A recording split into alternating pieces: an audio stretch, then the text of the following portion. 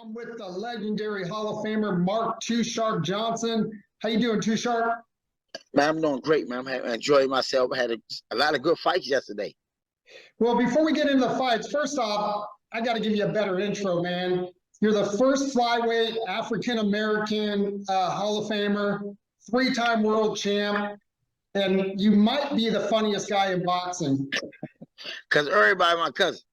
Because everybody's your cousin. But let me say this. The first African-American flyweight and super flyweight twice in the history of boxing. The youngest international boxing Hall of Fame. So I just want to say one thing, man, I got to shout my own self out sometimes, because a lot of people don't understand the story, you know what I mean? So let's start there then, Too Sharp. Tell your story, because you are a legend in the sport. You are the youngest Hall of Famer, and you're at a time when the little giants that they're affectionately called didn't get as much love as they're getting today. So talk about your story and how you got into boxing and became who you are. I think, but let me say this. My dad had a boxing team. My brother went to the 84, 88, and 92 Olympic trials, my oldest brother. He lost to, actually, I was the youngest person in the 88 Olympic trials. My brother was, he lost to Michael Carbajal, you know what I mean? However, I lost to Irv Griffin, and they supposed to reinstate me because Irv Griffin tested positive for marijuana. But with the politics of boxing, they said they wasn't going to let me and my brother go in there, wasn't going to give us another chance. However, so I started my career at the LA Forum. When I went out there, I paid my own way. You're from DC. You're from DC. From DC. I paid my own way to LA, paid my own hotel, and I told them, y'all don't even have to pay me. And I beat a guy, good guy. Then they brought me back out there to lose, really, to Raton Jimenez, who was number 2 in the nation, who just lost to UL Bochkov for the WBC world title. So they thought they was, sicking me to the dogs. I was like, but I'm going to beat them. And I did. But I will say this, when it came to the boxing sport, when I say the little big dogs, I mean, you got to look at guys like, Michael Carbajal, Chiquita Gonzalez, Danny Romero. All this was right there. And that same picture, Johnny Tappy. You know what I mean? But I was the number 1 contender for Danny Romero, and he vacated the belt, didn't want to fight me. So if I won the 112-pound title, I moved up to 115. I was the number 1 contender for Johnny Tappy. He vacated the belt. He didn't want to fight. You know what I mean? So I just think that all these guys that had a lot of good records, you know what I mean? Like, even though I'm in the Hall of Fame, but I feel like I could have been a better guy if I'd have fought those guys. I feel like, Michael Carbajal, he knew me from the amateurs, and I told him, I did the Chiquita Gonzalez fight. Whoever won this fight, I want to fight you. I don't care about the belts. If I beat you, I'll give you your belts back. You know what I mean? So I was chasing everybody. You felt like you were avoided. I was avoided by everybody, but I think at the same point, with the LA Forum, I don't think they had more muscle than a lot of other promoters. See, at that time, Top Rank had the muscle.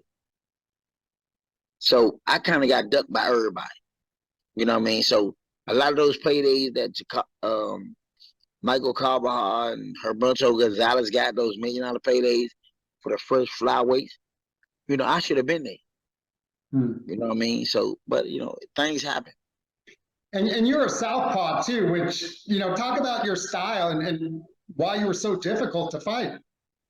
Well, you got to understand one thing. When you got a guy that can box and bang and he a left-hander, that's all the things, the attributes that, guess what? I want to get away from this guy. You know what I'm saying? And I've seen, you see a lot of southpaws now, and I look at these guys like, man, this is crazy.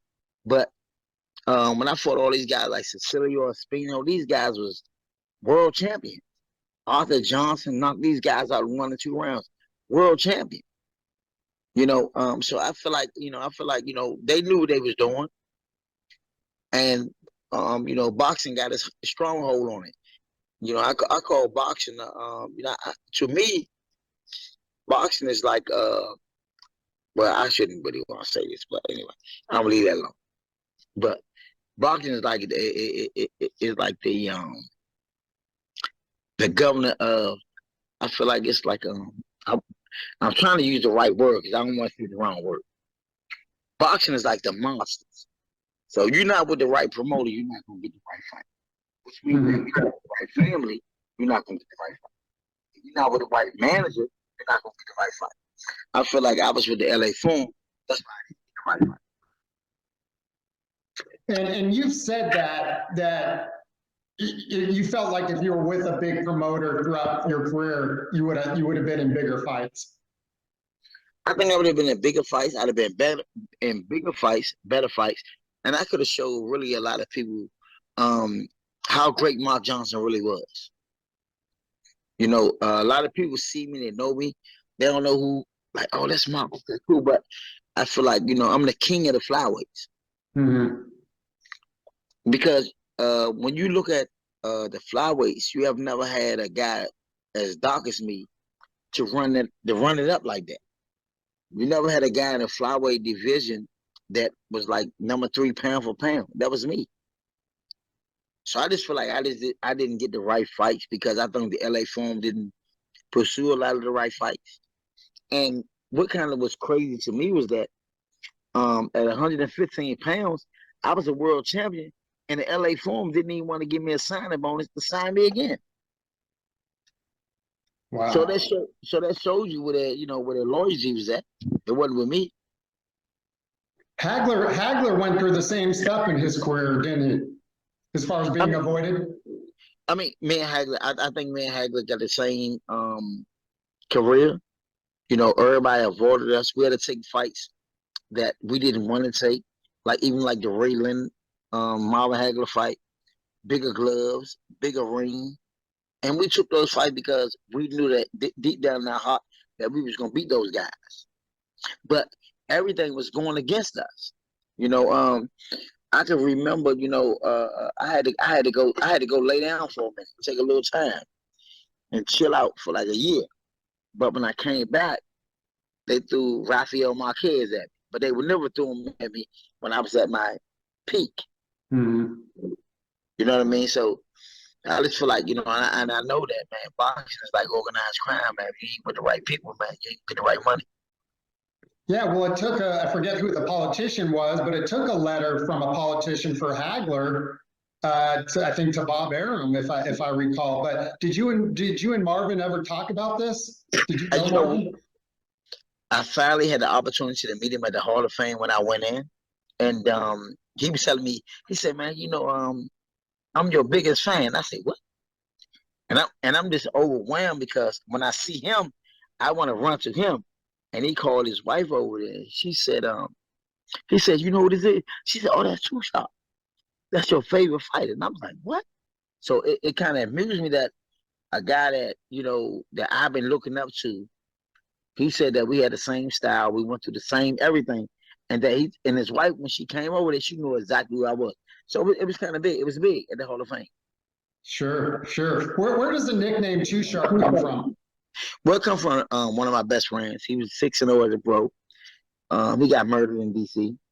I was shot with him as well. I happened to get away, though. So I took that name to let him know he'd always be with me. Because I was a little sharp at that time. Wow. Too Sharp. What was your biggest win of your career? All of them. I think the most important one was to get set the stage straight was the Alberto Raton Jimenez win. When I knew I never went past 6 rounds and I beat him in a 12-round fight. He had just came off a fight with Yuri Bajikov for WBC. And at that point, the LA Forum still didn't have a contract on me. So after that fight, they was like, oh, we want to sign me. You know what I mean? So I think that was one of the biggest wins. But the Arthur Johnson fight was like, that was astronomical because Arthur Johnson and my brother used to fight. So So me and Arthur Johnson was good friends, and we still great friends now. But it was a business opportunity. And you stopped him, what, like in the first or second round, if I recall? First round. First round. Yeah. Yeah, you made quick work of Arthur. Yeah, but I mean, you know, the main thing is that to solidify my career was Johnny Tabby, Danny Romero, you know, those guys like that, Prince Ahmed, Junior Jones, you know, all those guys in their weight divisions, you know what I mean? So to show people how great I really was. But when I got the opportunity to get to the number one contender and Danny Romero grew up the belt, to me, that was like, wow, they do that? And then I get to 115 and call out Johnny Tabby, and he give up the belt. Like, so how can I do this? I'm trying to call everybody out, but they don't want to fight. And as we talked about, obviously there was a big fight last night at Trilogy with Chocolatito and Estrada. What did you think of the fight? And was it the right decision? I think it was. I'm gonna say one thing. I think it was a great fight. I don't think none of them guys would have been able to compare with guys like me and Michael Carbajal, Chiquita Gonzalez. You know, Chocolatito, he done a great job, but he never cut the ring off. See, when you deal with guys like me, Michael Carbajal, Chiquita Gonzalez, Danny Romero, Johnny Tabby, you know, we looking for those mistakes so we can cut the ring off. You know what I'm saying? And I seen Chocolatito let him get around that corner a lot. But I just think that you know, they couldn't beat us. I'd outbox both of them. Mm-hmm. Now, Estrada looked good. But see, Estrada was a guy that I would have had to make Estrada come to me. Chocolatito was a guy I'm gonna let come to me too, because I can outbox him like Estrada. But I just think that when it comes to guys like me, Michael Carbajal, Chiquita Gonzalez, Danny Romero, I mean, Ricardo Lopez, I just think that, man, you know, I think all of us had better, more skills than them. Right now, they just walking and punching. I think all of us had better skills. Even Chocolatito, who's considered a first ballot Hall of Famer, you feel like? I really don't see nothing special in him. I mean, I like him. He's a pressure fighter. I seen a guy get old in the ring, just like I did. But I don't see nothing special with him. Now, what about? Go ahead. Now, when it comes to guys like me and Michael Carbajal and those guys, I seen Carbajal in the ring, you know, I just don't see those guys being number one Hall of Famers. I mean, number one ballot. Even though I was the number one ballot, because people ducked me. Danny Romero ducked me. Johnny Tabby ducked me. Michael Carbajal ducked me. Chiquita Gonzalez ducked me. That's why I was the number one ballot. But did anybody duck him? Ain't nobody duck him.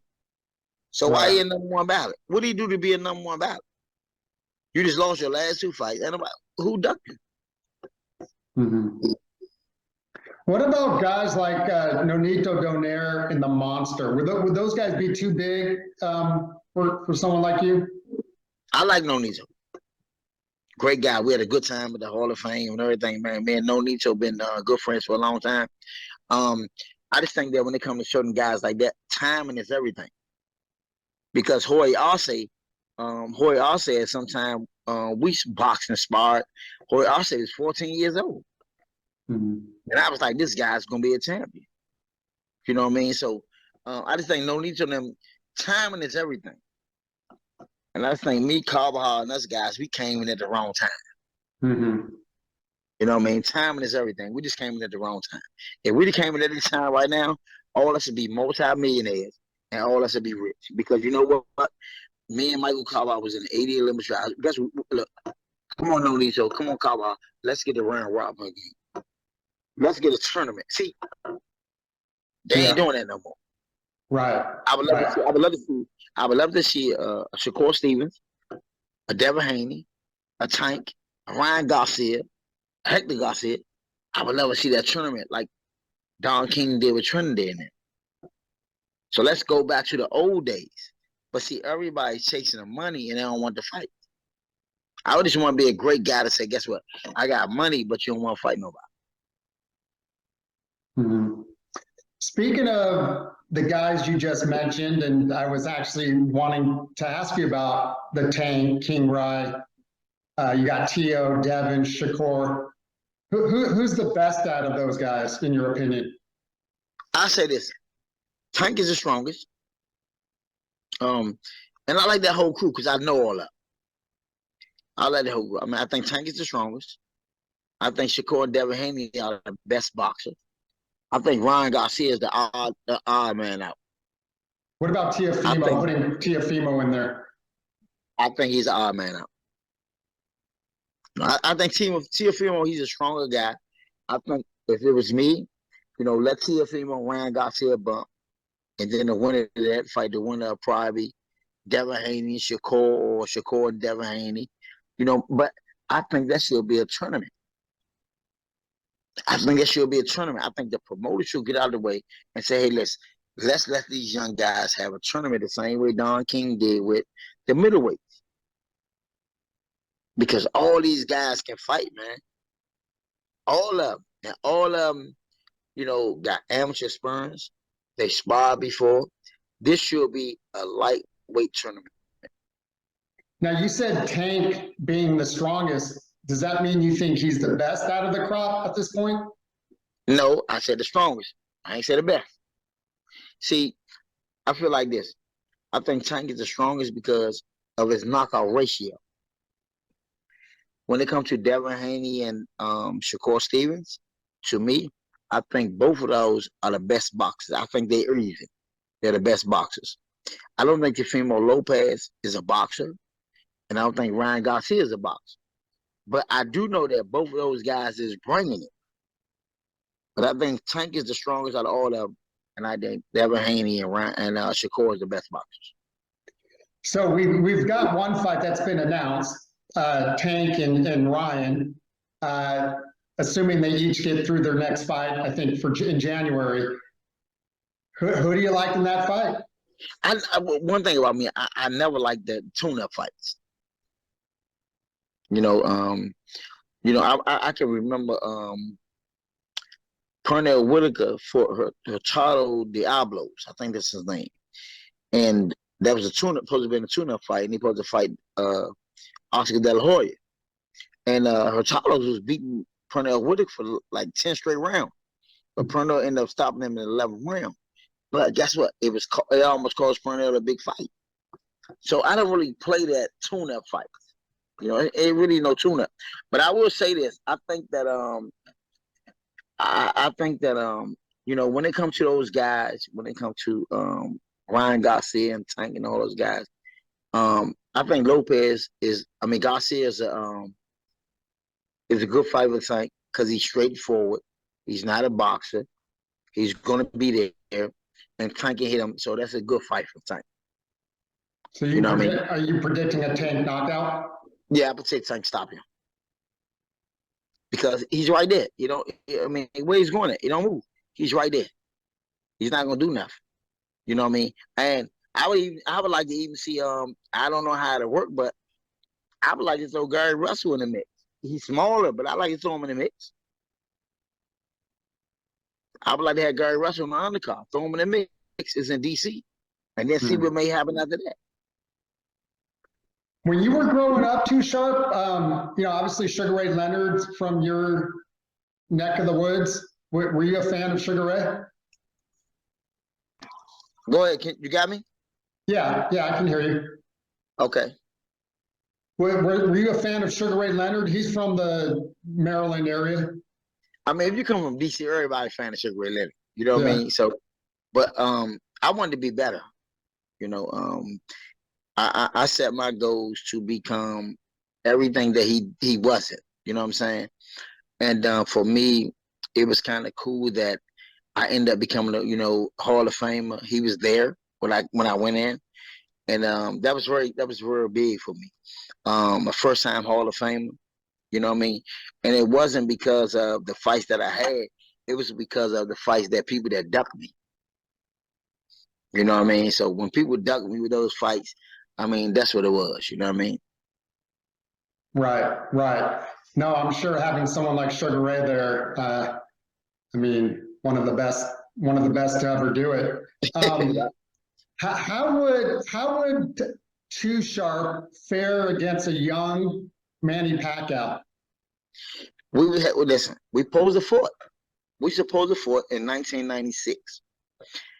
I had the IBF title. He had the WBC title. We were supposed to unify the titles. This when he first went to Freddie Roach. Freddie Roach told him, don't fight me. That was in 96. He had the WBC, I had the IBF. So he ducked me too. So you guys actually crossed careers? Yeah, we both fought. He had the WBC title in the 112-pound title in 1996. I had the IBF in 1996. We were supposed to unify, and Freddie Roach said, "Nah, you don't want to fight him." So I've been get ducked by a lot of people, man.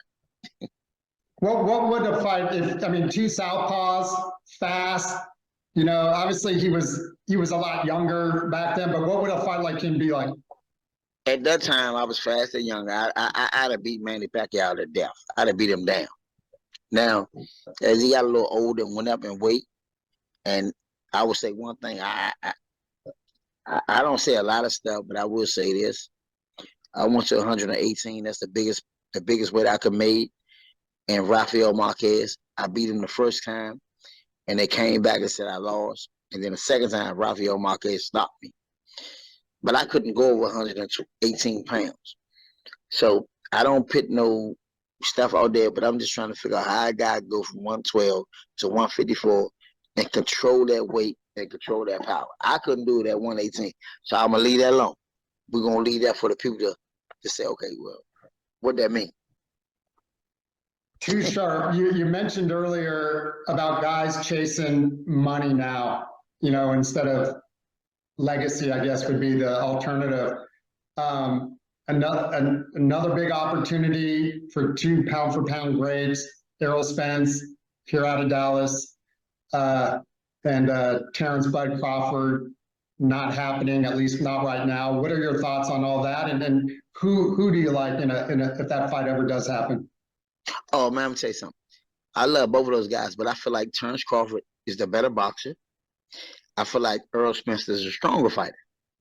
So it's whoever take control of the fight within the first or second round will win that fight.